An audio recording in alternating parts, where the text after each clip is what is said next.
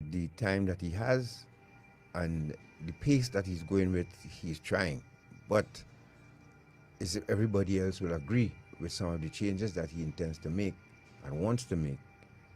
And how are we prepared to embrace that? You members of society, are you really prepared to embrace those changes? Because, you know, every time every government speak about upgrading and updating our penal institutions, you, the people of Trinidad and Tobago, complain. You complain. You are upset. You make these remarks about, if they want a hotel and if they, um, if they think is, jail make the right fig and all of these remarks, but not understanding that we presenting ourselves a catch-22 situation, because we want people to change when they leave prison, but yet when governments try to make those changes to match that, what we asking for, we complain. So what do we really want for our country, Trinidad and Tobago? Remember, these guys and gals must leave prison. Most of them who have short sentences or long sentences, they must leave prison. And the longer the sentence is, the tougher the reintegration. And regardless of the sentence, really, because even if you're in remand for a period of time and you're released, the stigma remains because you have to account for that time. Correct. I was just damn bold-faced and brass-faced and use military training to survive in Trinidad and Tobago here, but you all don't make it easy for us. I'm telling you. You listen. I mean, I have stories upon stories upon stories of people trying to be the, only because they didn't care how good I was in the military.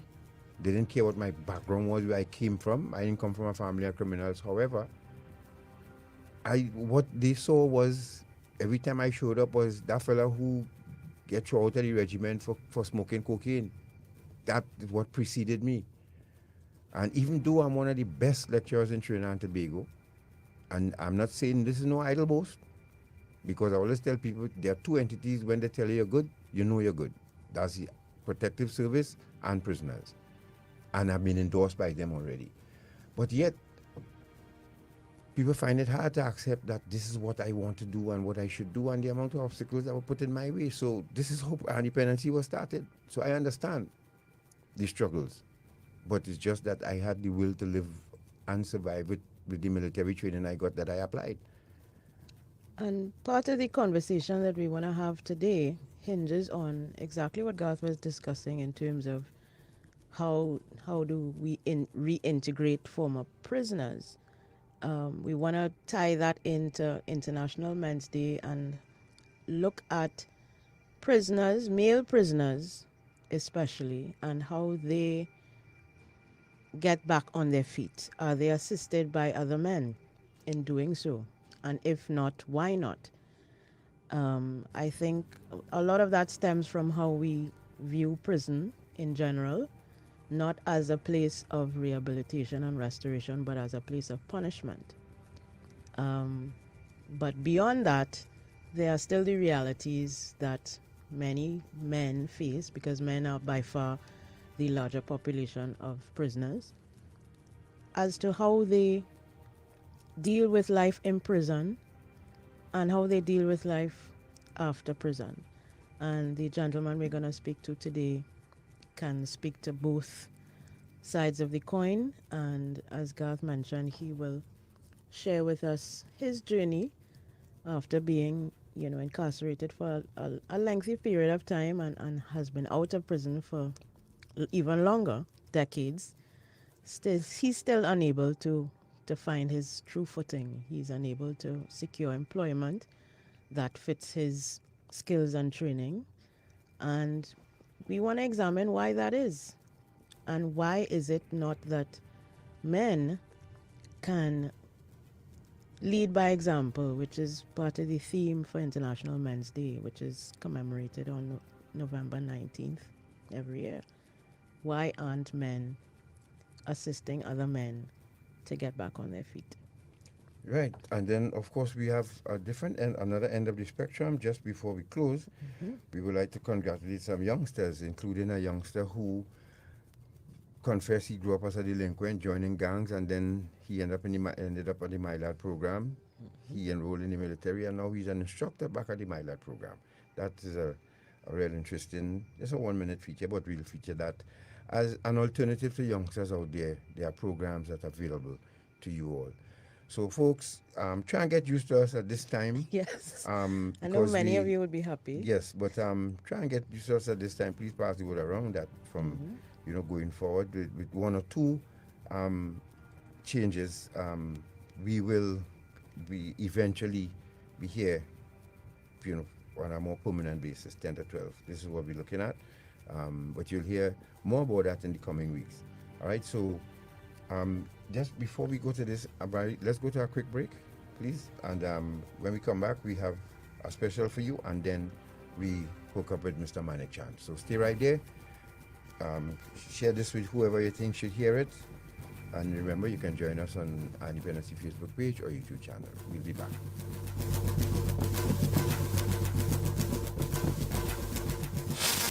This Sunday on episode 47 of Eye on Dependency, where every life is a biography. This Sunday at a new time of 10 a.m., Garth and Natasha speak with a man who, despite paying his debt to society 2 decades after being released from prison, he is unable to find a job to match his skills and education. I am the most qualified grass cutter there is in URB with a first-class bachelor's. I am forced to work there because of a past conviction. I am Dane Manickchand, and this is my story. In observance of International Men's Day, we examine the challenges faced by formerly incarcerated males. Do they receive support from other men to help them restore their lives? Or does race, class, or stigma prevent some men from ever finding their feet again? You don't want to miss Eye on Dependency this Sunday from 10 a.m. Listen live on I-95.5 FM or watch live on the Eye on Dependency Facebook page or YouTube channel. Eye on Dependency. We don't just share stories, we change lives.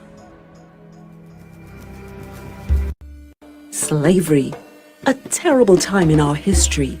The kidnapping, buying and selling of people for profit, the exploitation of another human being. It still exists today. It has a new name: human trafficking. Anyone can be a victim. There is forced labor, sexual exploitation, and domestic servitude. Human trafficking is a worldwide problem and an emerging concern for us here in Trinidad and Tobago. If you know of or suspect human trafficking activity, call the Counter-Trafficking Hotline at 800-4CTU or 800-4288. Human trafficking is a crime. Identify it, report it, stop it. A message from the Counter-Trafficking Unit of the Ministry of National Security.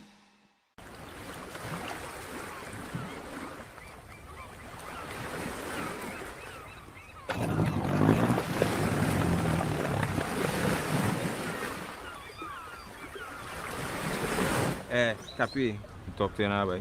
I got a small work for you to do. Make a quick 10 G's. What you gonna do for me? 10 G's? What's that I'm do there, boy? What you doing? Taking your boat, run up the islands, pick up some people and then bring them back here for me. That's all you have to do. That sound like human trafficking, boy. That's a serious crime. I can't make that. Trafficking in human beings is a serious violation of a person's human rights. It violates a person's right to freedom of movement, freedom of choice, freedom of speech, and freedom of identity. It is a heinous crime which affects local, regional, and international peace and security. A victim of human trafficking is subjected to many types of abuse. The crime destroys a person's dignity and self-worth. Victims often feel hopeless, are suicidal, and are stigmatized in their communities. Child victims are deprived of their rights to education, play, and social interactions. They're essentially robbed of their childhood, and that can never be regained once those years have passed. If we do little or nothing to fight against human trafficking in our country, we can face economic sanctions from international agencies and partners. Our country will be losing money. Doing little or nothing to fight against human trafficking will tarnish our country's international image and, most of all, the value we place on human life. Human trafficking is no respecter of persons. Anyone can be a victim. So let us all strive to safeguard human life and dignity in Trinidad and Tobago. We are the Counter-Trafficking Unit of the Ministry of National Security, Trinidad and Tobago, safeguarding human life. International Men's Day on November 19 celebrates positive male role models and the loving strength that men bring to their families and communities. We highlight the need to address the male suicide crisis, and we advocate for men's health and well-being. This year, our theme is better relations between men and women. Wangari Maathai, the first African woman to win the Nobel Peace Prize, said, "We can work together for a better world with men and women of goodwill." Edwin Lewis Cole said, "Men and women have strengths that complement each other." Elizabeth Cady Stanton said, "We hold these truths to be self-evident, that all men and women are created equal." Bernie Sanders said, "When men and women stand together for justice, we all win."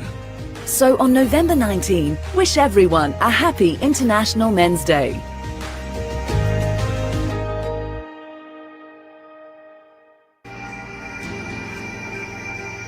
Hi, I'm Governor Malcolm Lewis from HM Prison Wandsworth, London, and you are listening to Iron Dependency with Garth and Natasha, I-95.5 FM, Trinidad and Tobago. Thank you for staying with us. This is Iron Dependency, and you're tuned in live on I-95.5 FM and on our Facebook page and YouTube channel. Thank you very much for joining us. Right, so we have via video call Mr. Dane Manickchand, who will now tell of his life story and what suggestions he would have for us here as, you know, as a nation, to upgrade everything that needs upgrading, which includes our penal institutions and the way the judiciary handles these situations as well, and the way Trinidad and you as a society, you know, handle these situations as well, and how are we prepared to understand that these are citizens of Trinidad and Tobago. We could judge them, but then we want them to continue a life of crime or reintegrate and live as productive, law-abiding citizens. We have to decide that.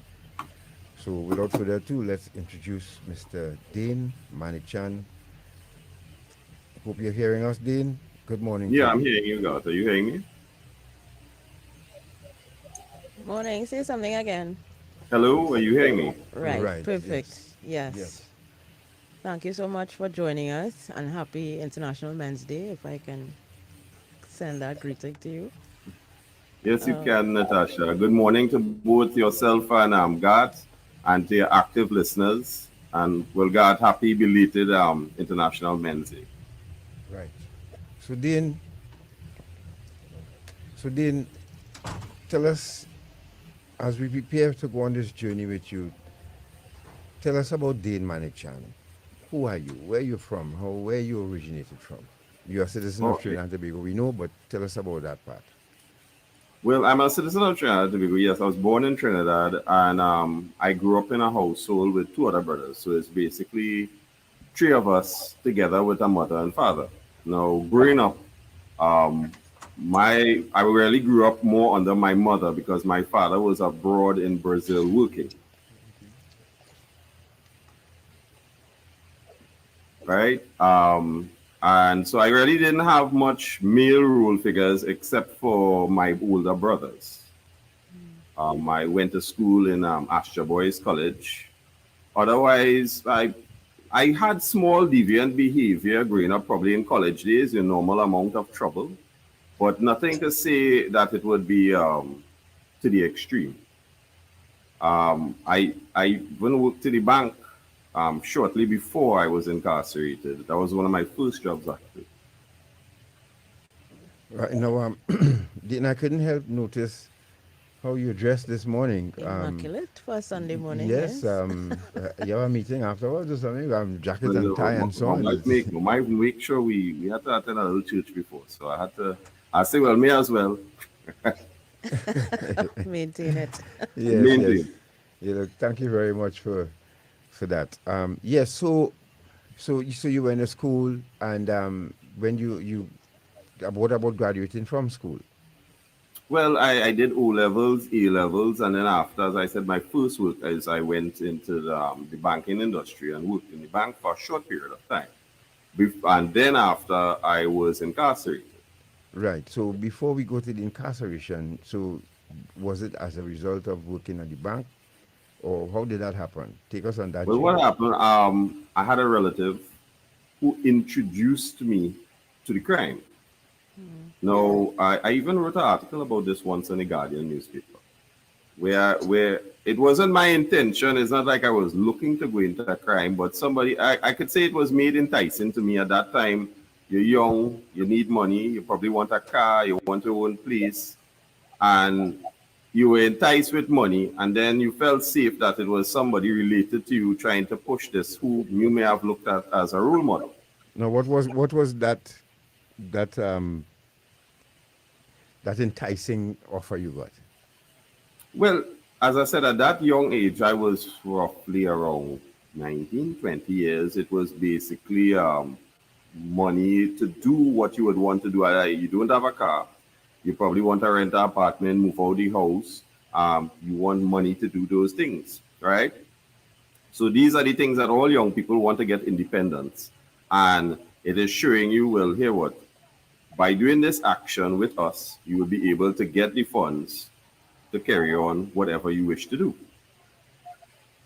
Right. So that was I'm asking. What was the action? Was it an armed robbery? You're asking me the action. Well, no, yes. It was taking part in a kidnapping, but not from the beginning. So I didn't know from the onset that here what? This was the crime that was taking place, as I knew in between. And when I knew in between, I was asked to basically oversee the victim to, as he would put it, a watchman. So, okay, hold up.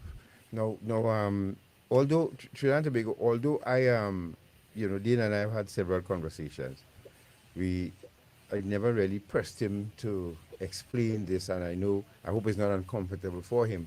But as I told him, a biography is A to Z. So if you want Trinidad and Tobago to follow you and understand where you're coming from, of course, the experience is very important. So let's just dissect this a bit. You, as a youngster, you were working at that time? Yes, I was. Right. Part-time in the bank, but I was working. Right, good. I just want people to understand that, who just joining us. Korea people just joining us. Right. And so you were approached by a family member, cousin? Yes, sir. Brother, good. Then now we get in somewhere. And this was your elder brother?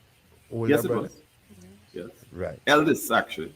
Eldest brother, good. Was he working at the time? He was self-employed. He was self-employed, what? Selling videos and well, no, a clothes store at that point in time. Right. So he now was approached by other people. We have somebody that we could make some money off of. Or that's how it went? Well, that part, as I said, I wasn't there in the inception, so I can't really say if he was approached or if he was the brains behind it. Right.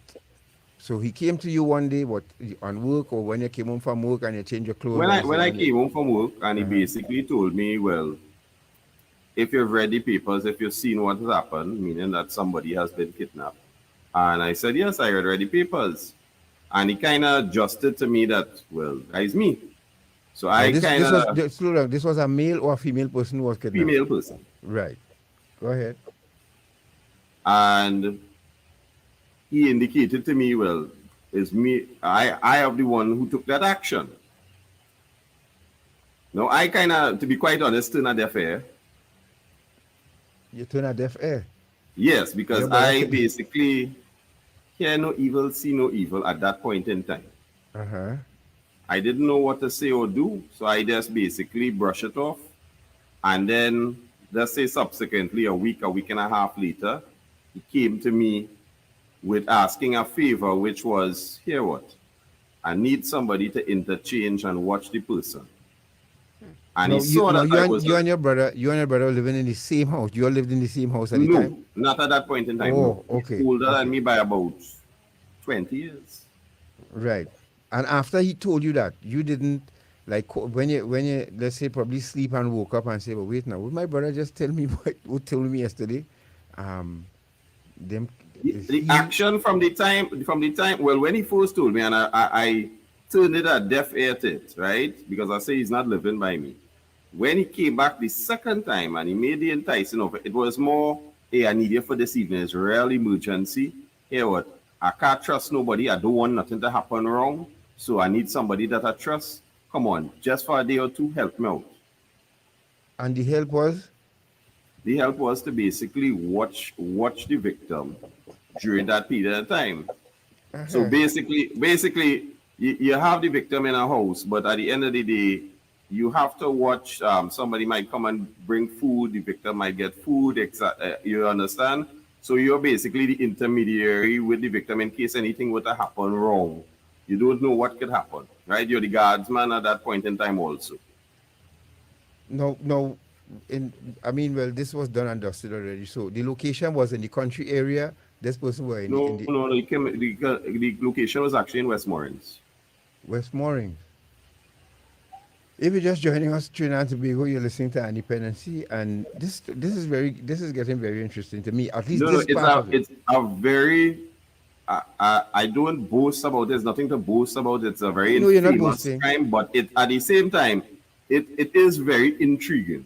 Right. So the the location was Westmoreland, and this person was in a room, and you basically. So how much money were you offered to do this? Well, and how long was the offer for?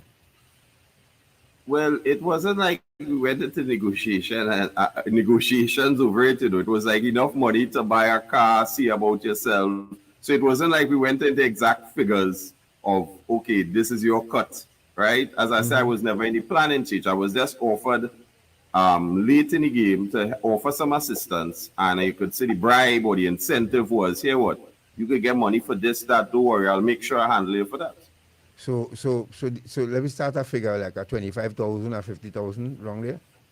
I would guess it would be more than that. I would guess because back then a car was more than that. So I would guess probably 60 to 80, probably. Right. So you said yes. So they picked you up and took you to this location. Yes. And you entered this compound and they took you to a room where this individual was restrained. And what was the plan now? Well, the plan was basically others made call for a ransom. They went to collect the ransom. And when the ransom was paid, is to release the individual. Right. Right. So was the ransom paid? And no, the ransom wasn't paid. It was actually quite brilliantly actually by the Trinidad Tobago police and Venezuelan police. It was It was intercepted by the people who went to collect the money in Venezuela. Oh, so this person, I take it, is a Venezuelan national and not Trinidad Tobago national? No. It is a Trinidadian national, but the meeting place for the payment of the ransom was Venezuela. Oh, I see. Okay. So about anti-kidnapping unit was involved in this? Yes, to a small degree, yes, they were. And so the funds were to be dropped. So I guess the funds would have been in U.S. money? Yes, at that point in time, yes. So this I mean, we look at these things on television. Natasha and I've never spoken to someone who was actually involved in that kidnapping. It was, I actually met people who asked me if they want to write a book on it, right? Because it was one of those situations where the person's mother went to pay the ransom. She brought her pastor. Pastor was an anti-kidnapping officer. When they went to Venezuela, they met the we have a Trinidad consulate over there. So basically, the consulate knows the inner runnings of Venezuela on how everything actually runs, not how it's supposed to run, but how it actually runs. And he was able to make the right meetings, and the right people were able to meet for the exercise. So the anti-kidnapping, the pastor actually was an undercover for he was really an anti-kidnapping officer or an officer from the anti-kidnapping unit who posed as a pastor. Yes. This good. And so they accompanied to Venezuela, and then so what happened after when take us through these steps, Dane. Because this also highlights the brilliant work of law enforcement too as well. So it does, right? Whilst in Venezuela, the Trinidadian police through the consulate got in contact with what I believe they call DISIP, which is like their version of FBI. Right. So DISIP was basically told, well, if they could assist in helping find whoever is making these calls from Venezuela, whoever is trying to do this transaction to obtain the money. Because the calls were made from Venezuela to talk with the mother. And while we were here in Trinidad, the victim would talk to her mother from Trinidad. And it was a kind of triangle going on. Right. Thereafter, DISIP was able to trace the call to exact location. And when they traced the call to exact location, it was just by going through the book. Anybody here from Trinidad? Let's check. If you're just joining us, ladies and gentlemen, you're listening to Independency, and we are speaking with Mr. Dane Manickchand, and he's telling us the first part of his life that got him incarcerated, which was a kidnapping that obviously did not go the way was foiled by the police. As I said, Dane, pardon my intrigue, because we've never really spoken to someone of this, but who actually was involved in this magnitude of, because kidnapping is a very serious offense, and but I want to go back to you and this individual. So what was your role? To stand by the door or stay in the room? What was your role? Well, at that point in time, it had security cameras still, and you could have viewed on a TV the individual in the room. Right. So that was basically somebody would come and bring food, so you make sure the food is taken to the individual, make sure no harm comes to the individual. Right. And if any communication was to be made with the individual on the outside, you would try to facilitate that. Right. So you didn't have much contact with her while you were probably on a daily basis, 10 minutes for the most, 15 minutes. And I probably, if the whole entire ordeal lasted about 21 days, and let's say probably 4 to 5 days, I was there in and out. Right. And it wasn't nothing like you stay in the room, right? You stay out of the room and just monitor the situation. Now, for this period of time, you were working. What, you took vacation or no, I was working part-time. I was working part-time in the bank. Right. So it was flexible. Oh, so after you leave work, you go back and take up No, when I say part-time, as a peak timer, you come out for a certain amount of hours for the month. Right. So you might have to work a whole week. You might have to work just parts of a day. You might just have to work a Monday and then work the Friday, the peak hours. You might just have to work the end of month. So you are able to, you're not working every day. No.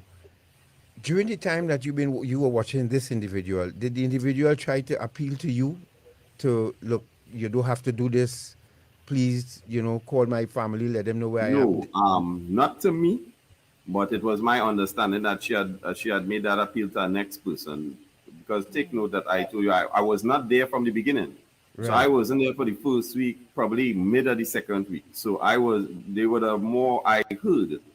that she made that appeal to one of the individuals.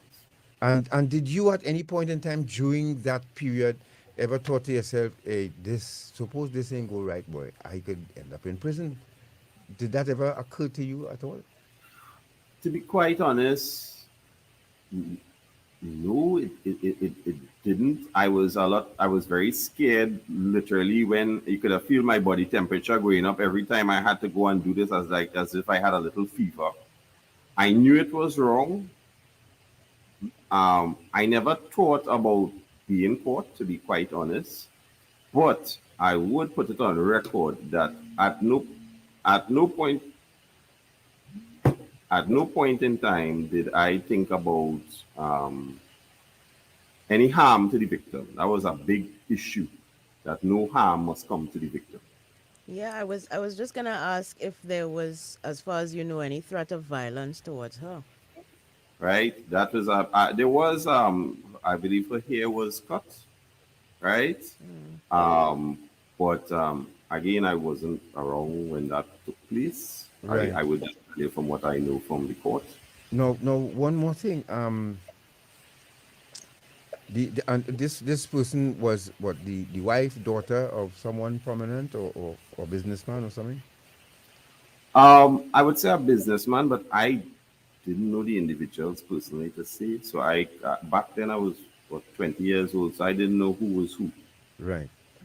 So you're in a house in West Moorings, guarding this individual. How long did that last for, you said? For me or the individual? No, for you. How long did your duty? About 5 days. 5 days. Off So and on. So after that 5 days, you went back to living normal. Yeah. Well, actually, on the 5th day I was arrested. So that was coming down to the latter part of the. Yes. I was arrested on. That's why I always say I don't know anything from the inception. Right. So where were you when you were arrested? I was in the house at that point in time when I was arrested. Oh wow. Oh, so was a police raid then? And rescue? It was a police raid, but it wasn't like how you would see other raids on TV because of the area that they were going into. So the police only acted more aggressive when they entered the premises, but outside the premises, they were very nice and polite. More stealth, not like how they break down people. No, it in had no other breakdown places. though. They in Westmoreland is knock, good morning, right? Correct. That's how. But that's on the outside. Inside is a different story. Yeah, well, I mean, no, well, okay. In other areas, as I said, the doors in other areas, I just describe them as termite holding hands. In West Orange, you can't kick down them doors just like that. These are, upgraded, some of them reinforced doors. But the thing about it is, though, when the police came to the location where you alone were in the house, or you and the individual? Yes. Right. And so how did they approach? How did they get inside then? You went and opened the gate and say, "Oh, come in." Well, they knocked on the door, and basically I opened the door and they asked to search the premises. Uh-huh. And with all them big guns outside, what are you going to say? No? Come in. Because you wouldn't have had any inkling that the police were even remotely close to the situation, right? There was a slight inkling of the situation, but for about 24 hours, there was a slight inkling that communication was lost external to me. But what could I say? You see, as I say, the victim's well-being also played a part. So the question was, if you leave and there's nobody there, who sees about food, who sees about everything else? Right. So they kind of left you with the bag, so to speak. They left you Yeah, to but get catch. at the end of the day, thinking back on it, yes, I should have left, but at the end of the day, I'd rather be with the bag than something happens. Right? Because even though you had an inkling and you go away and next thing now, nobody comes. What happens to the individual? Right. But so by that time, you had gotten paid, or you were still waiting? Did you get any funds at all from it? Not a cent. No. I was carted off to CID, and then after are formally charged, and then I went to court, bail, etc. Right. So, folks, let me take a drink of water with this one here, Dane, because folks, if you're just joining us, you're listening to Independency, and we are speaking with Mr. Dane Manickchand. And good morning. I wonder if this was the lady from South who worked in TSTT and held in a room within a room and was made her to feel she was in Venezuela. Was that the lady? That sound familiar, Dane? Yes, that was the lady. That's actually somebody who following up this case very good, because yes, it was a room within a room. Okay, and she was made to feel she was in Venezuela. That is the perception I got when I went there. As I said, I didn't come from the beginning. So if I come and I met music playing and I met certain magazines or I met a room in a room, I don't even know who built the room. But that is the perception I got. Then I don't know.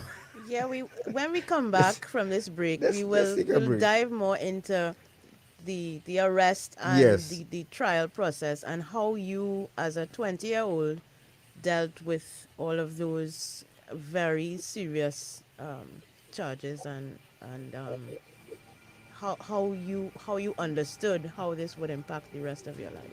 But the folks here on Facebook they thank you for your honesty, Dane, and your wanting to clear this up, and let the public understand what your role is. Kidnapping is a serious offense, and I mean you at least survived, and then you let us know what happened to your brothers and other people who were involved in the kidnapping. When we come back, folks, you're listening to Independency. We're speaking with Dane Manickchand. We're going to take a break, and you can join us on Facebook or YouTube. Or thank you for listening on the radio. We'll be back.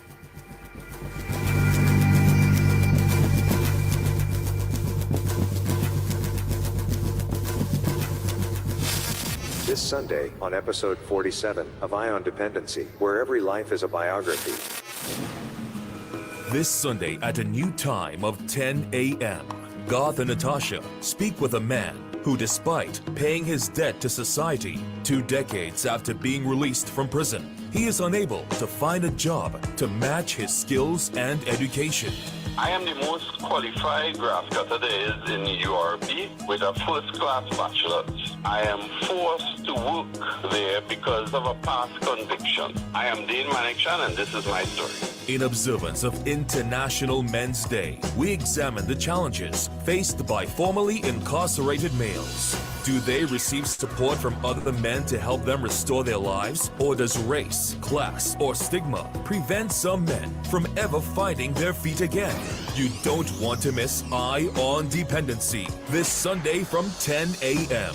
Listen live on I-95.5 FM or watch live on the Eye on Dependency Facebook page or YouTube channel. Eye on Dependency. We don't just share stories, we change lives.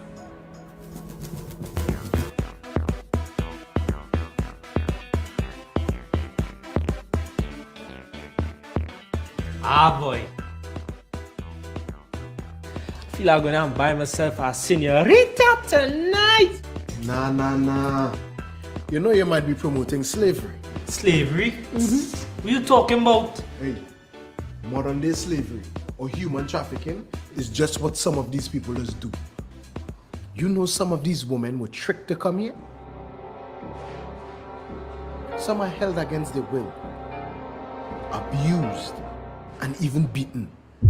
Most times the girls don't even see any of the money that is paid for them. And every night, they just have to come out looking nice and sexy for somebody like you. Human trafficking is a serious problem and a serious crime. Persons who solicit commercial sex services may be contributing to human trafficking. A message from the Counter-Trafficking Unit of the Ministry of National Security. Morning. Listen now. Has noticed something about them new people at the bureau day. Where's that? Girl, the man is passing up and down in front of here with a set of woman. I really noticed some woman living there, you know. And they can't even say as much as good morning. Well, listen now. I wonder if this human trafficking, you think is that? So, how can you spot and identify perpetrators and victims of trafficking? Many victims are found living and working together in the same place and sleep in shared and inappropriate spaces. Victims work excessively long hours. They often sleep in the daytime and work long nights. They are often escorted everywhere they go and may appear to be malnourished. They may show signs of physical abuse, drug and alcohol use, and may also appear withdrawn, fearful, or intimidated. Victims who are migrants are often not in possession of their identity or immigration documents and have irregular immigration status. Perpetrators can be male or female and may appear to be managing or controlling the victims. And they may even at times appear to be the victim's best friend, boyfriend, or employer. We are the counter-trafficking unit of the Ministry of National Security, Trinidad and Tobago, safeguarding human life. All right. I'm going to go back on this one.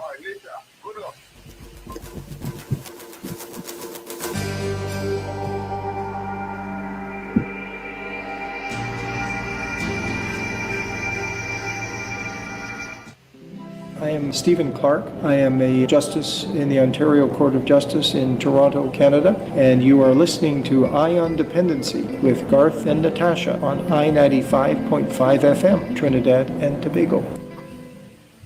Thank you for staying with us. This is Ion Dependency, and whether you're listening on I-95.5 FM, on Facebook or YouTube, and if you missed the first part, well, you missed a lot. We are talking with Dane Manickchand, and he has been telling us about the crime for which he was incarcerated, and we are now at the point where he has been arrested. He spent about 5 days in a house with someone who was kidnapped, and the police came down in the house where he was with the young woman, and he was arrested, and he's going to take us from there now. So what was your response, Dane, when the police politely knocked on the door and said, can we search the house? Well, I did what I could say what you see on TV, ask them to show a warrant, but they basically tell you, open up. Right. All right, I opened up. They then held me and used me basically as a human shield in front. So everywhere they go, they put me basically, so if they go into the living room, I'm the shield in front. If they're going up the stairs, I am the shield in front. Right. They entered rooms, I am the shield in front. Believe they entered the room with the victim, and I was basically popped in and popped back out because I'm like the shield. So they just popped me in and pulled me back out. Right. I was pushed into another room, handcuffed behind my back. I'm going to tell you all realistically what happened. This is not to degrade all police officers, but this is just what happened. I was hit some lash, cuffed, slapped, kicked, etc. Right? Asked where the others, but that's the line of question, and that's what's going to happen. That's just realistically what happened. Right? I remember falling on my back from one of the cuffs, and when I hit the ground, my handcuffs were behind my back. So what happened? The handcuffs tightened on my wrist. And my wrist, I don't know how it was injured for about probably a month. Not a month, more about a year. I couldn't move my wrist properly because the pain and the force that was exerted on it. The thing about it is, we could gloss that over, but that's not supposed to happen. Because no, it's not supposed to happen. But no, but hold on. The same way, you see, the thing about it is, this is why there's a police unit right now on the investigation. Now, with that cuff, your hand behind your back, you could have fallen, hit your head, and you could have died, and that would have been another story altogether. That is not supposed to happen. I don't care, and I'm not. Again, is you see, police operate in a unit, and they would have hot heads in a unit. They have officers who will hold you, just put your hand. Their job is to catch you, not to dispense with, to any licks on you or anything like that. But then this officer probably got closer to the case than he should emotionally, and in order to maybe they were just trying to extract information. Yeah, but no, that is not because, as I said, one there. Right, but because, as I said, now there's a assistant commissioner of police, a whole unit was shut down because 2 men died in police custody because of this very thing. So I'm not going to gloss over that. That's not supposed to happen. You, as I said, you could have fell and hit your head, and you could have It's died. not supposed to happen, but I dealing with the reality of what happens. Yeah. Okay. Right? So, yes, it happened. I was then taken to the Port of Spain CID, interrogated, put into a cell. I think until a lawyer came to visit me. And then after I was directly charged after the lawyer came to visit. And this was a state-appointed lawyer? No. This was a hired attorney that came on my family had sent because they allowed me my one phone call. Right. Right. Which is good. Yeah. I called a relative, and the relative put on an attorney. The attorney came and saw me. Right. I actually remember showing the attorney, lifting my stomach and showing the attorney my black and blue marks on my stomach from the lashes. But I think he was so accustomed of this being the norm. Yeah. He basically said, well, okay, we will try to deal with that, but it is what it is. Wow. So you didn't receive any medical attention either? No. I didn't receive no medical attention. I received only meals for 5 days. I didn't bathe for 5 days. I was in a cell basically for 5 days, take out question, put back in the cell, and that's how it went. Right. Now tell us about, before we go to your family, was your brother arrested too as well, and the other cohorts? The other cohorts were arrested one by one. My brother was arrested in Venezuela. Right. And yes, everybody was arrested one by one. Now, it would surprise everybody. I didn't know everybody. I only knew my brother. Right. It was 5 of them arrested, all of us in total. But I never knew the other people before. Right. And were you charged individually then, or as part of a group? We were charged individually. Back then, we were charged everything except the kitchen sink they threw at us. So you got kidnapping, you got false imprisonment, you got common assault. Anything they could have think of, you ended up getting. Right. Of course, I mean, yeah. Legally, it didn't stand in the sense that in low court, the charges dropped. For instance, for me, I could speak about that. I was charged with false imprisonment. Everything else dropped because at that time, how the law was constructed, one crime takes place from point A to point B. Point B to point C is the next crime. So, for instance, if you kidnap somebody, that's the taking and carrying of the person. The keeping of the person is a separate crime, which is false imprisonment. And as you all have heard my discussion, I had no part in the first part. I didn't even know when the individual exactly was kidnapped, where, how it was done, etc. So let's go back to that phone call you made, Dane.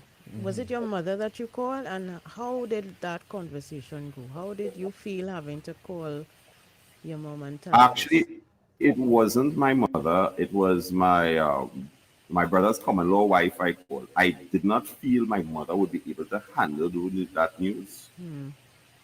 And I didn't want to give her those worries, although it would have come sooner or later. But I called my brother's common law wife to facilitate the And at what point did you? Did she know about? Sorry, Natasha. Sorry, No. you know I don't do this stuff. But you called your brother's common law wife. Did she know about the thing, or she had no clue what was going on? She had no clue what's going on. Okay. She was as shocked as everybody. Right. Wow. And at what point did you get to speak with your mother? How many days after you were arrested? I honestly can't say. I saw her probably in the gallery when I first went to appeared before a magistrate, and it probably was a month after, or whenever they have in Port of Spain, they would have had visits to the remand yard. So it was a while after. It was probably about 2 weeks after. Wow.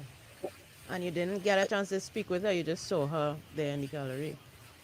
Yeah, so how the gallery, and it's how the gallery is made up. You just be passing them and see them on your side, and then you go before the magistrate. Yeah.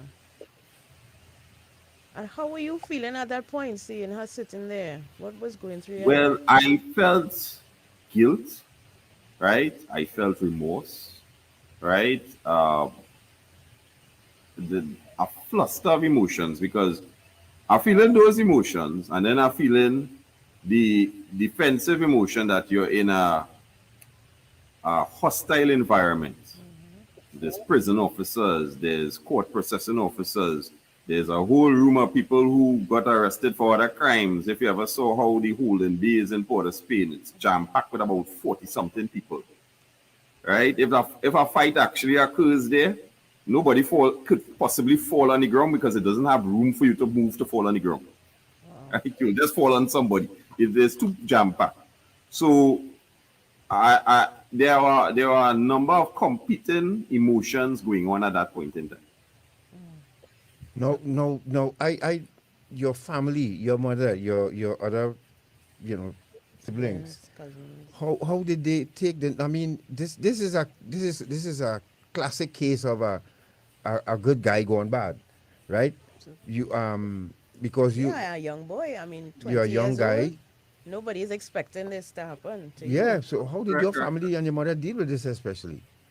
Well, my mother was very religious, so she basically relied on religion and praying to the Lord, and she dealt with it as best as she could. My father was abroad at that point in time, and well, one brother was with me and one brother is abroad. So that's I don't have much family connection here in Trinidad. My father was really the Trinidadian, and in my whole my family unit, only my father and myself are Trinidadians. Everybody else is a St. Lucian, a British national. So my mother was St. Vincentian. So it hurt a lot of friends who were close to me because they were in shock. Some of them even came to court, right? Because I want to give an interesting note. Go ahead. At that time, I was going to one of the schools doing a degree. So I was doing a diploma, and it had a subject I keep on failing over and over. I actually had the books there while I was guarding the victim doing my studies. And it was actually picked up in one of the photographies. They saw an accounting book and a business studies book, and they were wondering what was that doing there, right? Because I basically had to study wherever I was. So I was studying there to try to improve myself also. No. Someone on Facebook was asking that your age at the time. Just remind them of your age because some would have joined late. What was your age at the time? My age at the time was 20 years old. 20 years old. And so they know. So you're arrested and you're taken before the courts now. And were you all tried at the same trial or separately? We were tried at the same trial, but it was separate charges. No, they had similar charges. Everybody had the kidnapping and the individual, but we were tried together. But the problem was you had two of the accused were in Venezuela. Right. And there was a legality in getting them because although they had committed a crime in Trinidad, they had not committed a crime in Venezuela. Oh. And that would have delayed proceedings, I imagine. Well, it did. The government of the day tried innovative measures in negotiations with Venezuela because Venezuela did not have an extradition treaty. And they had lawyers in Venezuela who were arguing the holding of the gentleman was unconstitutional because they did no wrong according to Venezuela law. Could you remind people what year was this so we'll know who was the government at the time of the day? This would have been 2001. Right. So now, Dane, so how long did the trial last? The trial, once all parties were brought back to Trinidad, because it took about 3 months for them to bring back the individuals to Trinidad and Tobago, right? At the end of the day, they weren't extradited. All they did was the simplest thing. You have overstayed your visa for entering the country. We are now deporting you back, right? because they tried all kind of legal maneuvers and it wasn't working. And when they came back, I must say our trial was expedited before it was sent to the senior magistrate at that point in time, and it was extradited within a year and 2 months. And We that finished considered fast. magistrate court. Yes. Right? Because we had entire days put aside for us during the week. So they would give us a whole week and say, and again, that caused animosity within the prison because you know it have people waiting there years. So when they see you go in every day and somebody feel you special, you're not, it are no friend inside there, people watching you and want the court date and seeing that happen.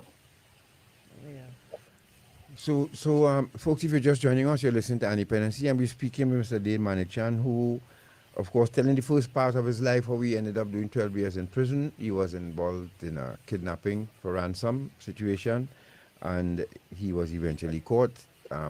Thanks to the, I could imagine the work our law enforcement got in, put down on the ground to get this, and it's commendable. And I think it's a unit in Trinidad and Tobago that's filled with unsung heroes, the anti-kidnapping squad. It's like it's just like special forces. You don't see them, you don't know who they are, but they work behind the scenes and they get the job done. And we must commend our AKS unit for that. Despite not having, I'm sure, all the modern technology. They probably updated by now, but I'm sure that it would have taken a lot of work for them to pull these things together and rescue a victim. And we really have to congratulate the AKS for that. Indeed. I would want to ask Dane though what his thoughts are on why his case or his matters and those of his co-accused, why you think that went through the court so quickly? Was that because of the victim? Once you have a high profile case, the judiciary has all rights to put mechanisms in place to put it to the front of the system. Right. And I remember the first time we appeared before a magistrate, my lawyer asked the magistrate for bail. Now, obviously, nobody's going to tell us, but they're not going to give you bail. Once it's a high-profile case and it's in the media attention and the eye is on them, they're not giving you bail. And I remember the magistrate saying that I'm not influenced by newspaper articles. I don't read the newspaper on any night, so that wouldn't affect my decision. Right? And lo and behold, when I reached the High Court, and we get more documents when you're in High Court. In low court, they basically suppress a lot of things that in High Court they give you. I realized that the same magistrate who signed the search warrant was the same magistrate who I went in front of. Right? Who said she didn't know nothing about the matter. So I realized, no, it's not a problem with me, but everything isn't black and white in the justice system. There's a lot of gray areas that the police have to do in order to overcome the inadequacies it may have. Right. Yeah. Right. So if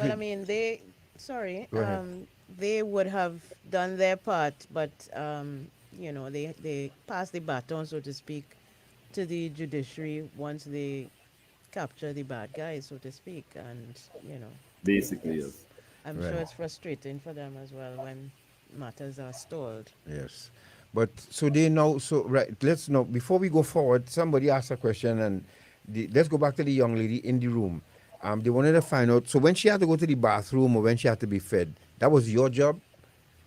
Or no, they had I met a system in place in which they had a bucket inside the room for the individual, right? And food was brought on a daily basis to the individual. Okay. Okay. And someone is also asking Dane if she says a well-known Trinidadian, now deceased, once said that he believed many cases of kidnapping began with information from within banks. Do you believe this to be true?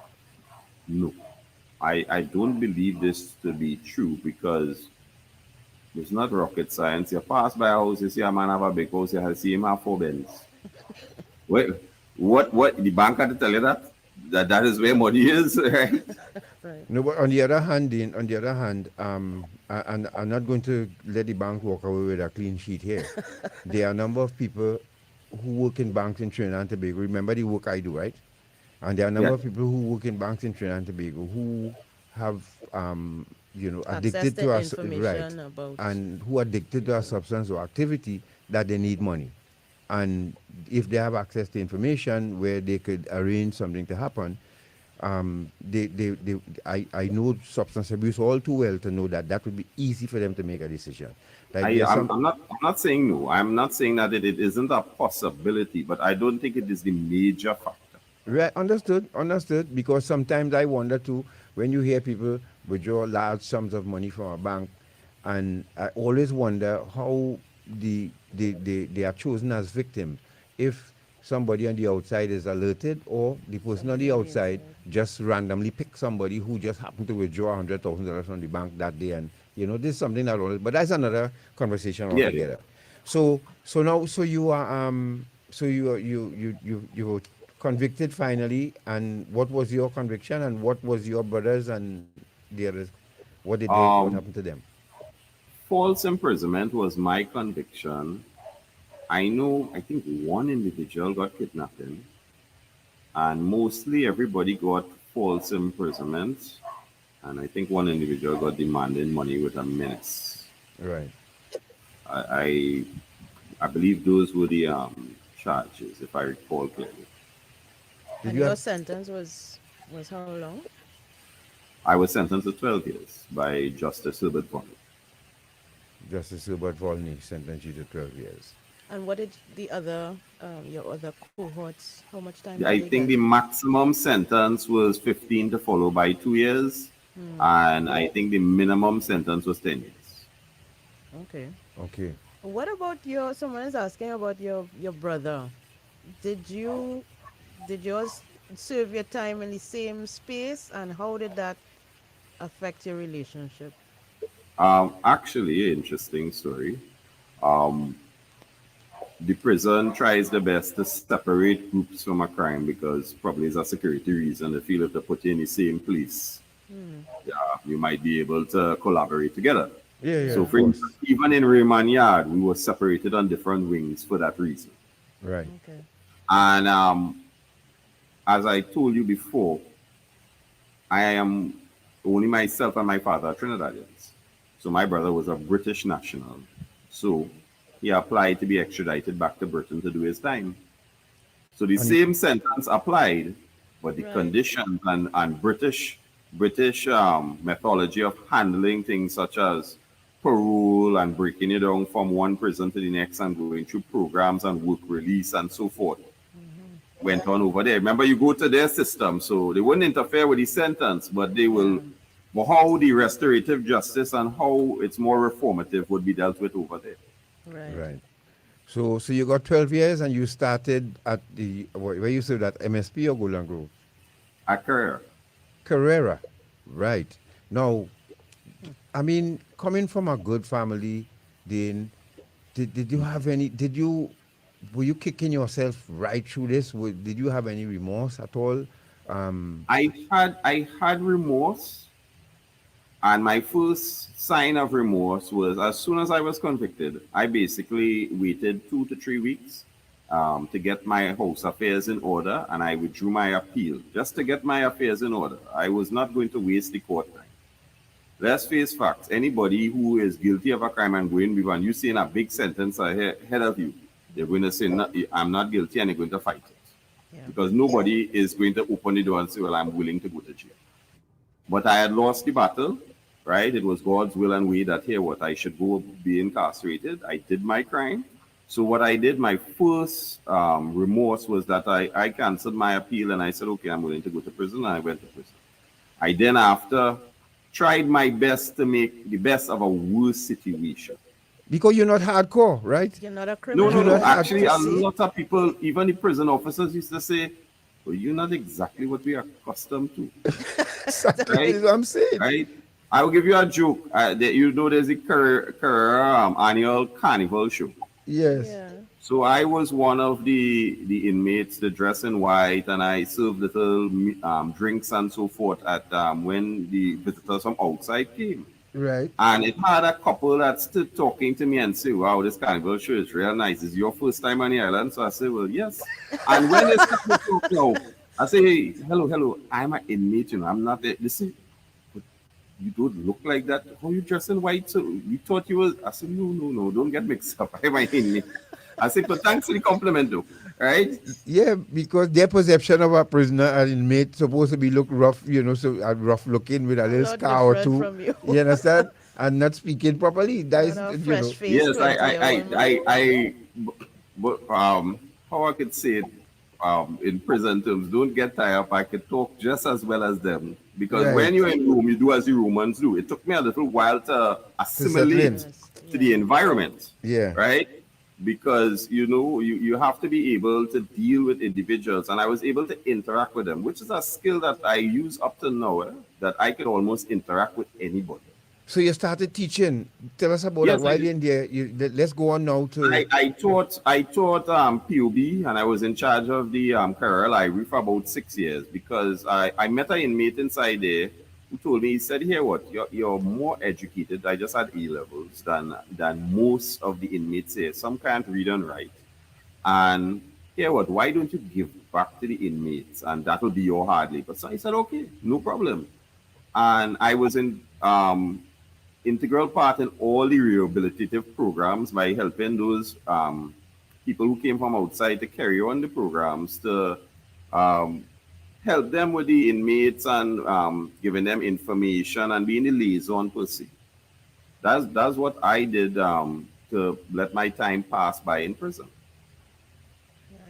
So the adjustment period, we understand. I mean, it's not easy for anybody, I would imagine, unless you're recidivist, to adjust to life behind bars.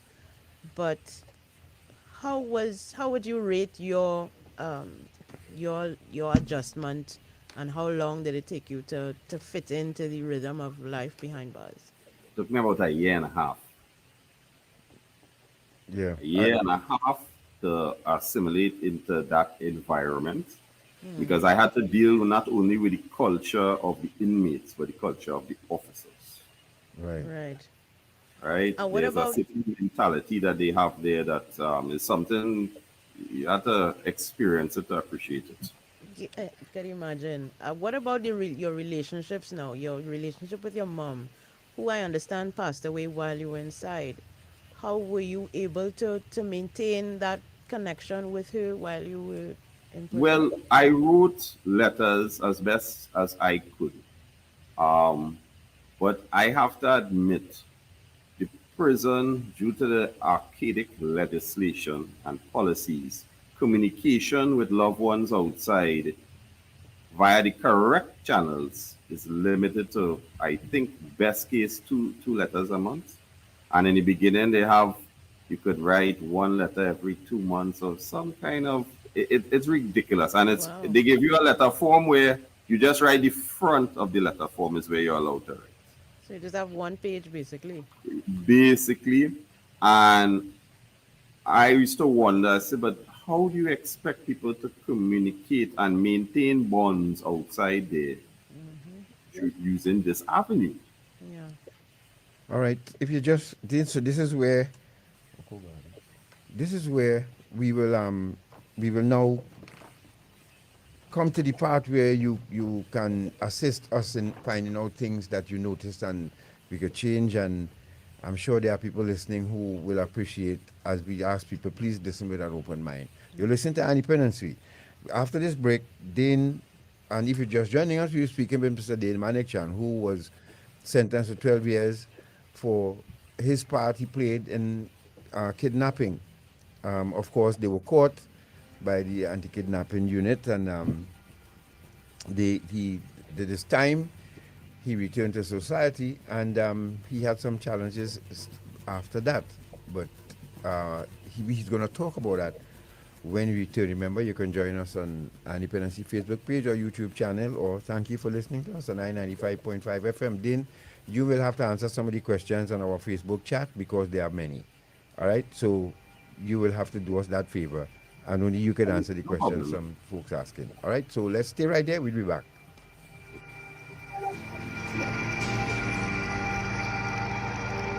Hello. Hey, how you going? Are good? You know, long mind see you guys. Come online by me this weekend now. Oh, that been a line? Yeah. Nah, man. You have oxygen in your house? You have a heart monitor in your house? You have a ventilator in your house? You have IV set up in your house?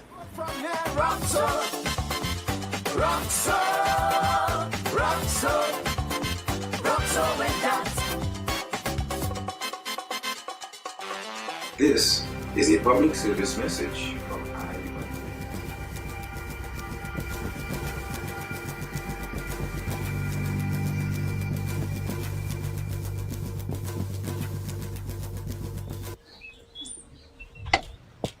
Hi, Bill. Hey, how are you? Good morning. You busy? Not for you. How could I assist? Okay, we have a job for you. Job? What kind of job is it? Morning, the boss. If I small work for you, I'll 5,000. What you do? Pick up some girls, drop them and remember the boss for me. Making a quick 5,000. Girls, boss. What is this about? Listen to me now. It's not a small work. You reach in Toko, pick up some girls, drop them and Rima. 5,000. That sounding like human trafficking. Are you trying to set me up or what? Partner, you know the penalty for human trafficking? Look, I gone now. Excuse me, please. Do you know that human trafficking is considered a serious crime in Trinidad and Tobago and is punishable by law under the Trafficking in Persons Act Chapter 1210 or the TIPS Act? The penalties for recruiting, receiving, transporting, or housing a victim of human trafficking are a minimum of 15 years for trafficking adults and a fine of $500,000, a minimum of 20 years for trafficking children and a fine of $1 million, a fine of $350,000 and imprisonment for 12 years for transporting a person within or across TT borders for the purpose of exploiting that person for prostitution, a fine of $400,000 and imprisonment for 15 years for persons who receive a financial or other benefit from tips, a fine of $500,000 and imprisonment for 20 years for any person who receives a financial or other benefits from trafficking children, an additional 15 years imprisonment for any trafficker who uses or threatens to use a dangerous weapon on a victim, or where the victim suffers serious bodily harm, or the victim contracts a life-threatening illness or is sexually assaulted,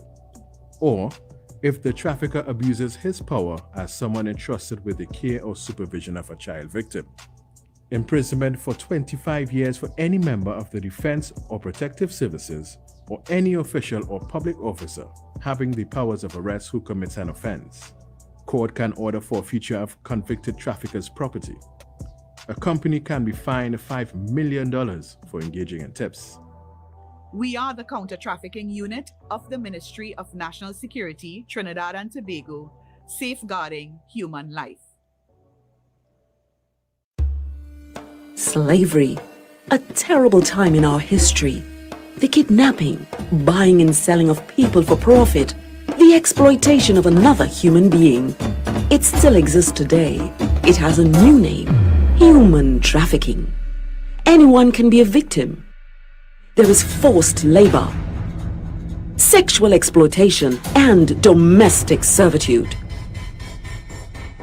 Human trafficking is a worldwide problem and an emerging concern for us here in Trinidad and Tobago.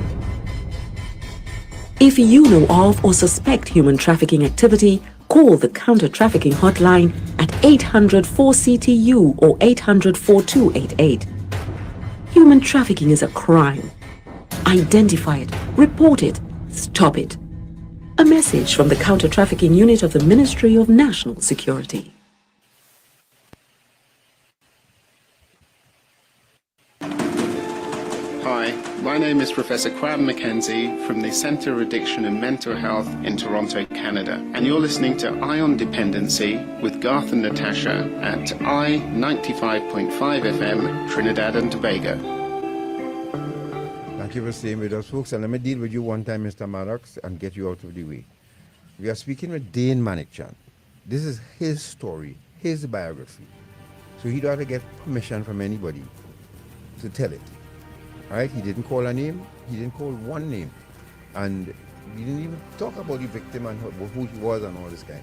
So please, give us a break here this morning, and let's see if we can learn something from Mr. Manickchand. Dane, are you there? Thank you for staying with us. Yes, I'm in. Good. So tell us now, Dane. So you did your time. You taught at as you were in charge of the library at Carrera, and then you were released back into the arms of your family, or you had to go on your own. Did your family? No, I had to go. At that point in time, both mother and father had passed away while I was incarcerated. Oh wow. Okay. And I had friends who gave me a lodging for the first 6 months when I exited prison to more acclimatize to the outside environment. Right. And so then how long did it take you to acclimatize? Yes. Well, it just took it took about 6 months, because when I say acclimatize, I mean you have to get back your ID card, you have to get back your passport from the courts. There's a lot of processes because you have to first be able to prove your identity back. Yeah. Because your birth paper has changed. Your ID card is no longer, you even know where your ID card is. You don't even have if you have a bank account, how to access it, you can't prove it's you. Right? Yeah.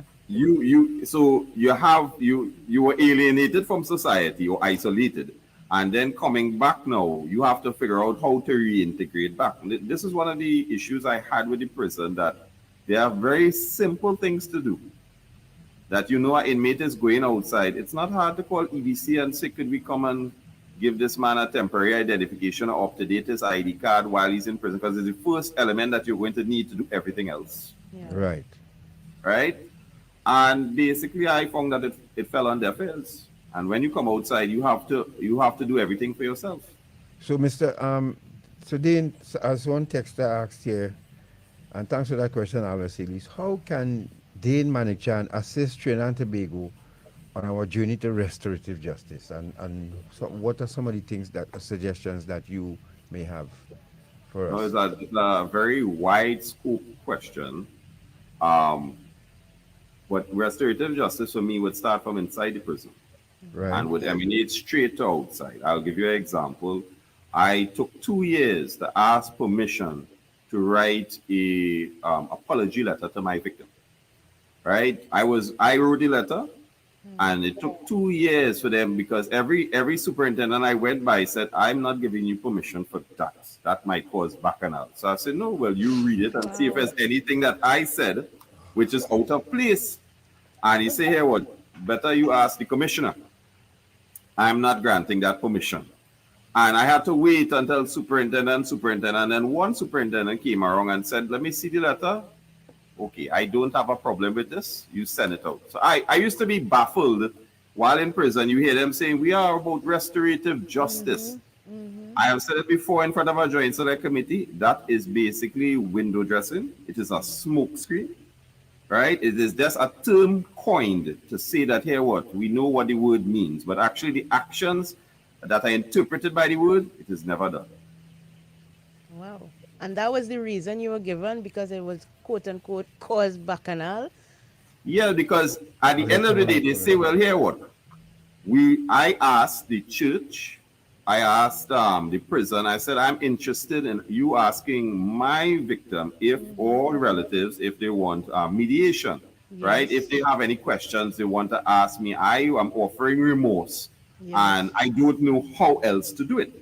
The church indicated to me they would pass along the message if they could, but they're not getting too entangled in that. And actually, I was glad that through the Roman Catholic Church, it did happen that my message came across, because God works in mysterious ways. And I was explaining to a Catholic woman who had entered to preach about the religion, my scenario and so ever. And so happened she was in a woman's retreat. And she was listening to one of the women in the woman retreat saying, have you ever been harmed and you want to shoot somebody with an arrow? And everybody expressing their pain. And when she heard the woman's story, she went over to the woman and said, is it the kidnapping so? And the woman said, yes. She said, well, I am telling you, I've interacted with one of the gentlemen in Curra prison, and he offers his remorse. And he's very sorry, and he's trying his best to see how he could make amends or at least reach out. And she said to the woman, she expressed that she accepts my apology, but she would speak for herself and not for her child, which I understand. Yes. Right. That was the closest that I could say that I got to remote, and that was me on my own trying this, not with the prison taking part and saying, let's help, let's see what we can do. Yeah, and I agree that the prison should play a role in trying to mend those fences between offenders and victims. I mean, that is part of the rehabilitation and restoration process. Actually, that what Prison Radio was for, to really facilitate. But yeah, that's another story. But that's commendable too, that you had remorse for what you've done, and you wanted, and that is one way of rebuilding my life. By making amends. Yeah. You must have remorse, and that is a start in making amends to society. So that was a good move, but again, it took, and that's the problem with us here, is that from one person to the next, from one head to the next, things can change for the better or worse, and there's no blueprint. But I had a question for Dane. When you left prison, you said your parents had passed away, so you were basically on your own, right? Yes.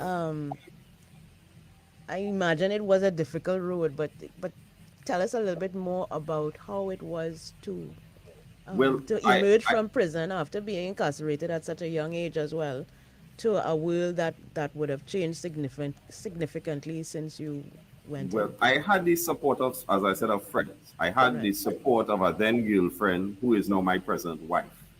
Right? These are very important people in my life that helped me, as I said, assimilate back into society, made me the individual I am, right?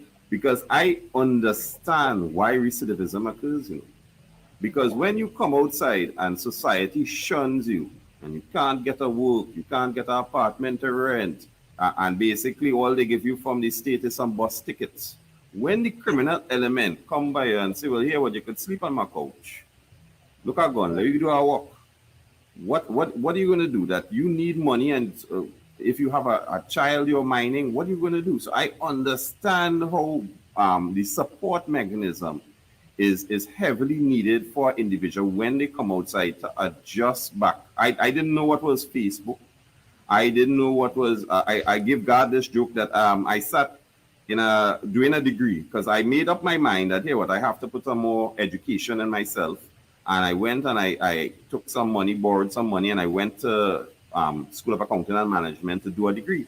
And my first set of classes, the lecturer was talking about Wi-Fi, and he bandied about the term. And for me, I don't know what is Wi-Fi, so I stayed quiet, right? I don't know. When I came home and I told my friend, he was like, this is the computer. Anything you want to know, ask Google. And I started to research everything because people would be talking to me in class and say, but my Wi-Fi is only be dropping. I want to get rid of PSCT. And for me, I went in jail with that Bluetooth, right? I don't know what they're talking about. And the prison doesn't up-to-date you on what's going on. Right. Or trying to make you marketable for today's environment. You went Stop to right there, Dean. Stick up in.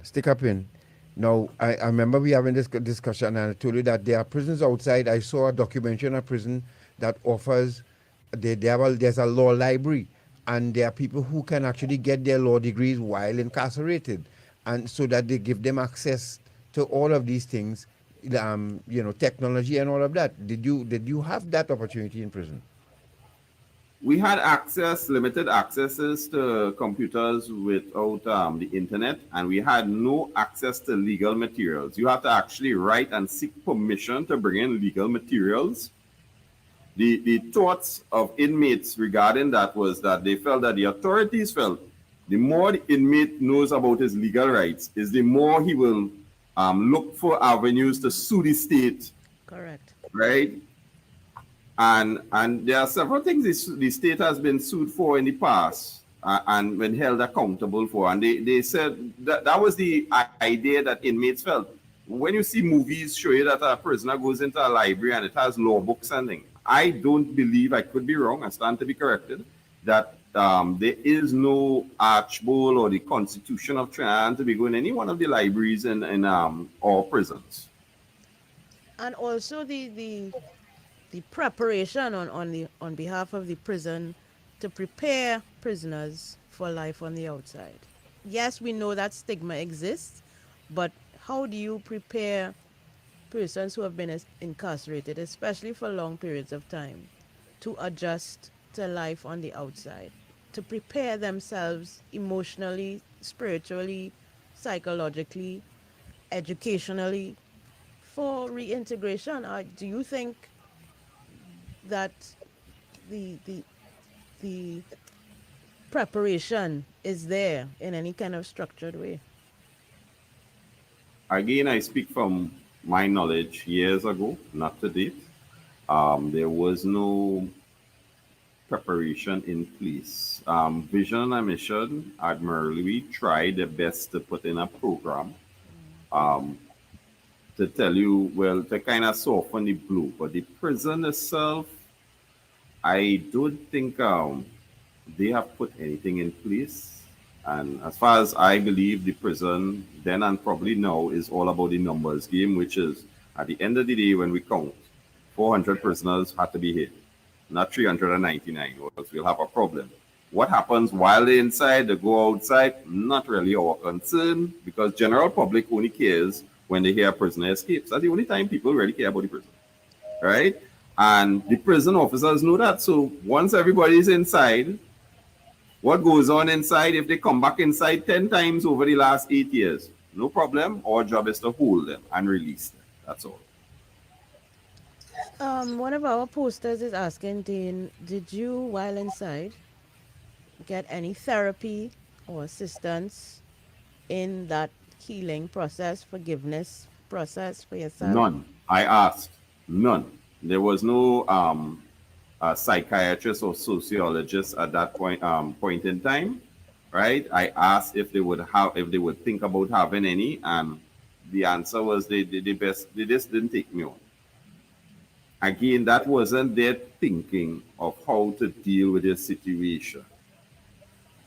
If you're just joining us, you're listening to Dependency, and we are speaking with Mr. Dane Manickchand, who is taking us through a journey of with his life, having done time at Carrera for his role in a kidnapping, and now he's taking us through the paces and making some suggestions that may very well assist us in going forward in some of the things that can be changed in our society. So then you went back to school, you got your degree.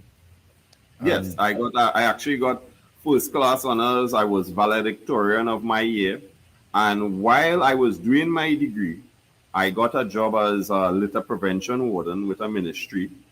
Right now, I was when I have I don't know if it's a problem or if it's being frank. Anytime I go for an interview, especially with government agencies, I lay my cards on the table and I say, hey, I have a conviction. Because you could Google it online and see where I wrote articles while I was in prison. So I say, I don't want you to hear that after from somebody else, because Trinidad is such a small place and bad news travels very fast. And they might try to malign your character. So I rather tell you. I told them I was hired for the job, and that paid my bills while I was going to school. I did excellent. I think I might stand to be corrected, but I am one of the few ex-offenders who actually would have charged people and taken people before the magistrate court for littering offenses. Okay. Wow. Okay. Okay. And but what is the degree you have? First class honors in business computing from London Metropolitan University. Right. So what is your preferred employment then? What would you Well, like my to do? preferred employment was anything to deal with in the IT sector. But as I showed you, I was in a litter prevention warden role It was clerical, was doing a little bit with the law, issuing fines, and I don't have a problem. I didn't have a problem doing a job once it earned me an honest day's salary. Right? And that particular job, when I went back to be rehired for the position, my supervisors wrote nice reviews about me, saying I should be rehired, team lead, etc. But the ministry felt at that point in time that, here what, he has a conviction. Because when I went to the second interview, I told them about the conviction. Again, they say, well, they didn't know what to do. And the ministry, they basically danced me around and say, we're not hiring you because of that conviction. Wow. Now, take note, the ministry lost that grounds in industrial court. That when the ministry said they had a policy, I was able to prove in front of the industrial court they didn't have a policy. How the industrial court ruled that, here what, the employee had gone above and beyond. He was loyal, and they basically said that, here what, you all knew about his conviction in the beginning several times, and you all were no discomfort, but now you all want to use that as an excuse not to hire him. They didn't find favor with that, but again, they leave it up to the employer as the last discretion. But I award damages. So going forward, then, what would you like to see? Excuse me. Before we take some calls here, of course, we want to highlight two feel-good stories here. What would you recommend? Let's start with the judiciary first. What recommendations would you have? The judiciary should have a time frame, right? The lead time from the time you are presented before the court to the time of the determination in a matter, especially if it's a no bail scenario. At least 3 years. Let's finish, because it's not only the accused is waiting on justice, it is the victim waiting on justice. It is ridiculous to hear cases 10 to 15 years, and you have a backlog that what requires more judges, more buildings. That is what is keeping a backlog. Right? That's from the court standpoint. From the prison standpoint, the prison, I had made this recommendation. It's a kind of harsh recommendation, but just how there's a police service commission to appoint a police commissioner based on merit, based on what they have done during the job and what they can offer via qualifications and experience. I believe that is also should be taken into consideration for the prison association, the prison service. Because at the end of the day, the recidivism rate that our prison has, it's like a revolving door, right? If we measure the police commissioner via crime, what do you measure the prison of Trinidad and Tobago by? For me, it is the recidivism rate. If people keep coming back, it's not because of the food and not because of the shelter. Something went wrong, partly in society, but partly with the mechanisms and the tools that you gave them, equip them to go back into society. So then we're looking at a board of correction rather than one prison inspector. You have a board of inspectors. Yes, you could have but it's an overhaul of the system, an overhaul of how the system will function. Have you checked in 2 years' time how prison commissioners change? Yeah. They just change. How could a policy be laid out if every 4 or 5 months a new one is coming? It's not. And then you have, as I said, you have to have a measurement of how it's going. It costs each prisoner, they say, $15,000. I don't like paying taxpayer money to mine people in for $15,000 when I see that the money could be utilized in other means. Understood. Those funds benefit somebody, which is why the system remains as it is, right? Well, it does, because watch of all the arable land that there is in Golden Grove. I've heard the Honorable Prime Minister, talk about solar panel technology. I had advocated for that with the prison. I had said, why don't you train the people? Start a project with solar panels for the prison, or for people from outside to train them. And then say, hey, the people they train, we put a little anchor bracelet on them, and we will give it them to work for a nominal fee, let me say $10 or $20 or something a day. And from that money we get here, some of it has to go back to the victim. some of it have to go back to the prison to mine. They can keep your earn your keep. Yeah. And some will stay on your book so that when you leave prison, you'll have some money in your pocket. You have money, and what happens now? Because you may have gone outside with a business and done work, and is it they pick you up or drop you to the prison or accommodation is made. Society gets accustomed of seeing prisoners become positive aspects in building back society. Yeah. They don't just see them as, hey, that man come out of prison and say, hey, you know, I saw that man the other day working with B-Mobile or Digital or somebody dealing with solar panel technologies and program with prisoners, and I saw him doing by a school doing some solar panels. So you get experience, society gets a little exposure so that it kind of eases the burden of seeing you come outside back into society, right? They get acclimatized it. Yeah. Right, then, you know, Shortman, there are some people here, Dane, as I said, you would have to engage the listener and the texters, the posters on Facebook, because it's really interesting some of the things they have to say, and you could answer the question. Like, for instance, I could ask you this one. You think your brother would have had a problem with you telling this, your side of the story? Probably might. I can't say. I didn't have time to ask every individual who may have been involved in crime. In fact, I didn't ask because I didn't call no names. I tried my best to limit to what I said to the questions asked. Might have it. I don't know. And what is the relationship? What is your relationship like with him now? He's my brother. We talk infrequently, but we do talk. Right, and he's still outside of Trinidad and Tobago, I guess. I infrequently, so I'm neither here or there knowing his goings or comings. Right. Okay. And how do you know? What do you know of his rehabilitation, so to speak? I mean, we know what the system is in the UK. Well, what I know is in the UK, he was equipped with the tools and the experience. For instance, work release, follow, family picnics, going home with family on the weekends, pre-release, literally releasing the person at a program, pre-release. So he was given the tools and avenues to better acclimatize back into society. Yep.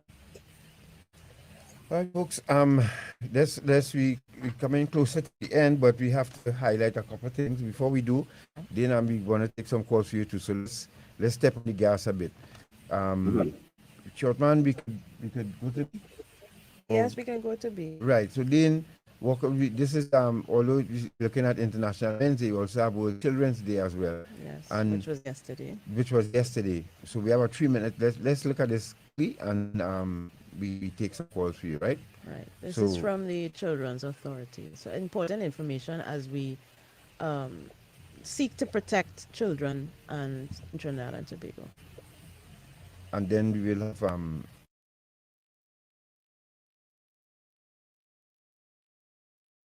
a different. Okay, so let's go to the. Happy World Children's Day. World Children's Day is an opportunity to celebrate our children and ensure they have the best possible options to thrive and positively contribute to our society. We at the Children's Authority of Trinidad and Tobago are aware that these unprecedented times have posed additional challenges and stressors for our children and their families.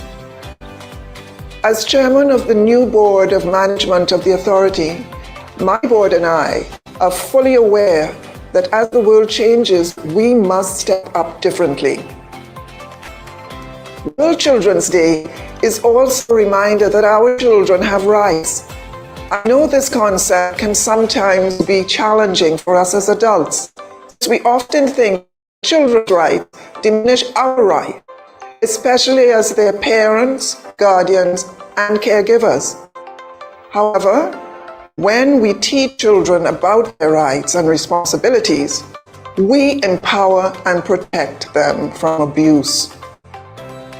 We cannot ignore that there are children who have experienced unimaginable trauma. Unfortunately, far too often, the persons charged with the responsibility to love and protect children are the ones who commit heinous acts of abuse. In order to build a stronger society, we need like-minded persons, individuals, the family, community, organizations and policymakers to become part of the initiative to protect children from harm. The authorities' mandate is to provide care, protection, and rehabilitation to vulnerable children and their families. But we cannot do it alone. Therefore, we will soon invite volunteers to bring their skills and ideas as we seek the best interest children and families who come to our attention. Please email us at volunteers@ttchildren.org and let us know how you can help. You can also support us by becoming a foster carer. We continue to receive requests for placements which far outweigh the number of foster parents available, especially for our teenagers. Email us at fostercare@ttchildren.org for more information. We all have a role to play, whether you're a child or adult, to engage our vulnerable children, encourage their resilience, and foster their holistic development. On behalf of my Board of Management and staff of the Children's Authority, Happy World Children's Day to all children and their families. Right, folks, so that's from the Children's Authority, and I hope you understood everything the lady said. Yes. Shortman, put out the pictures of the Williams, please. We like to offer congratulations. Now, this is near and dear to my heart because their grandfather, what we call him, Bolt Williams, Milton Williams actually served in Trinidad and Tobago Regiment, better known as we speak. So these two youngsters, Mr. and Mrs. Andy Williams of River Estate, as well as Grandma Denise, Chris, Anya, and Nikki in New Jersey, congratulate their children, Maya, who graduated BSc with honors in chemical engineering from UWI, and Antoine is the student of Queen's Royal College and excelled in the CSEC 8 subjects. So then we have some youngsters here who have a good start, and we wish them all the best, right? Yes. Yeah. They're still here, right? Yeah, I'm here. Right. So yes, because somebody was asking Dane if you would go to schools and do lectures if you're allowed to. I've been willing to do this, but I haven't met anybody with the Ministry of Education as willing to facilitate such. Brother, anyhow, right. Let's go to that video with the Mylat young man or short man. This is something that again, more good news. And I think an example of men helping boys. Yes. You know, yes. that is an International Men's Day message that yes. we would like to promote. Yes, please. And it shows too the goodness of the Mylat program. And he was enrolled in that program. And so Shortman, you will show the folks that one now before we take all. Just about 1 minute, but he spoke about his life growing up on the road to delinquency. He joined a gang, and then he found Mylat. And Kenny Lai was able to tell him something that really changed his life and his direction he intended. So, and then, these are some of the programs too that I think should continue, and government should really keep above ground so that youngsters at least could have an alternative who feel all is lost, that they have this opportunity. Major Celestin and other Mylat instructors recommended me to come back in this program. I was really delighted to come back. So Major Celestin and other Mylat instructors recommended me to come back in this program. I was really delighted to come back so I could produce certain qualities and knowledge that I have from before into these youths today, because a delinquent is not born, it is made. I was in school, Capitana, West Secondary, and my school counselor introduced me to the program, because at that point in time I was about 15 years old. I was delinquent in school. I used to give plenty trouble. I rolled gangs in the neighborhood. I even got arrested for robberies in the area. So she said that the Myla program helped me and to better myself and be disciplined to really bring something to society. I never grew up with any father figure in my life. It was me, my mother. And it was very hard because a woman cannot really teach a man how to be a man. It's really that's really a man's job. Inside the Myla Military Academy, there are plenty fathers around, father figures. The soldiers, the air guard, the coast guard. One person, name was W. Henrik Eli. I was still misbehaving and certain type of way because I was really transitioning into the program. And he said down one night, he told me, he says, there's two ways a delinquent is stink. A delinquent is stink in a hospital or in prison.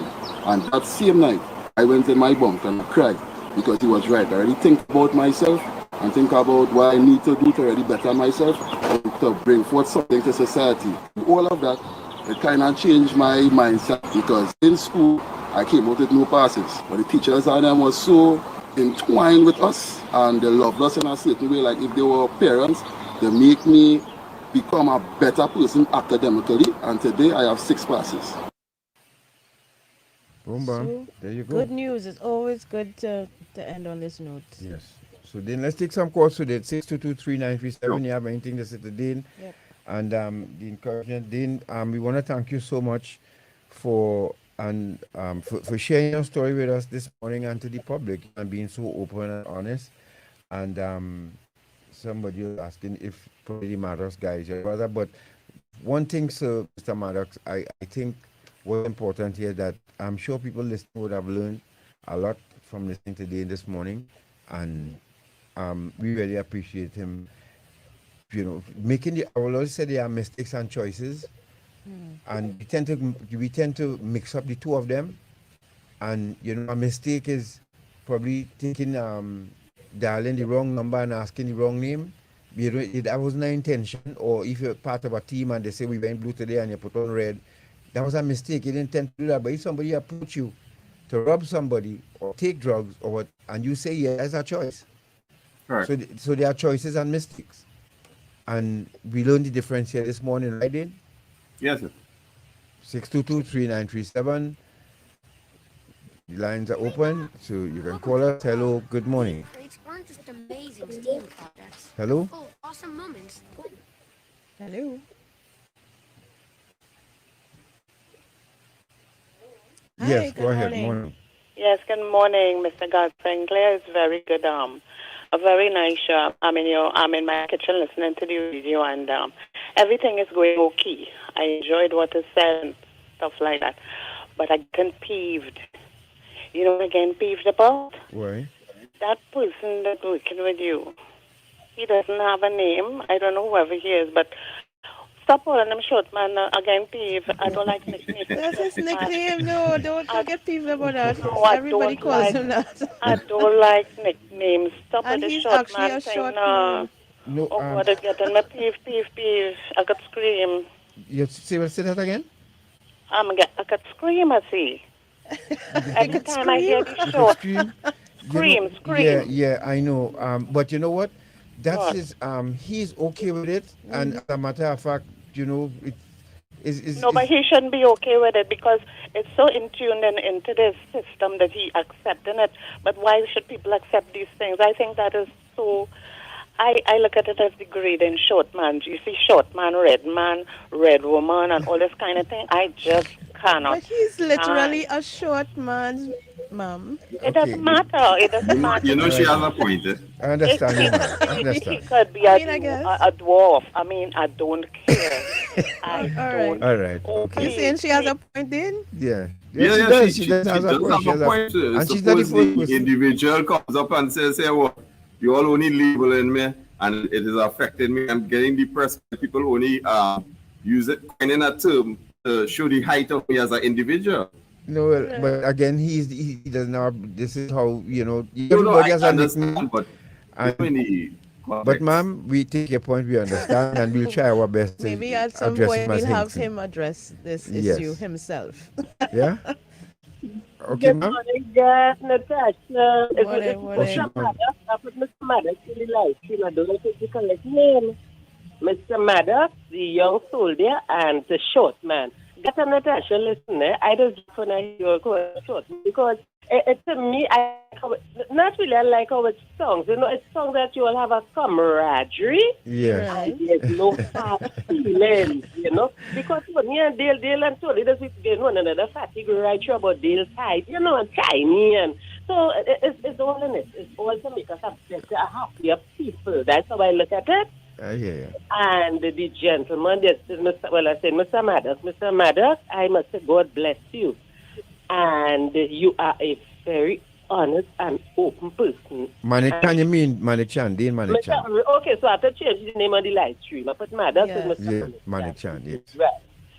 So, Gata Natasha, he's very frank, he's very open, he's not deceitful, he says as it is, and I wish him all the best.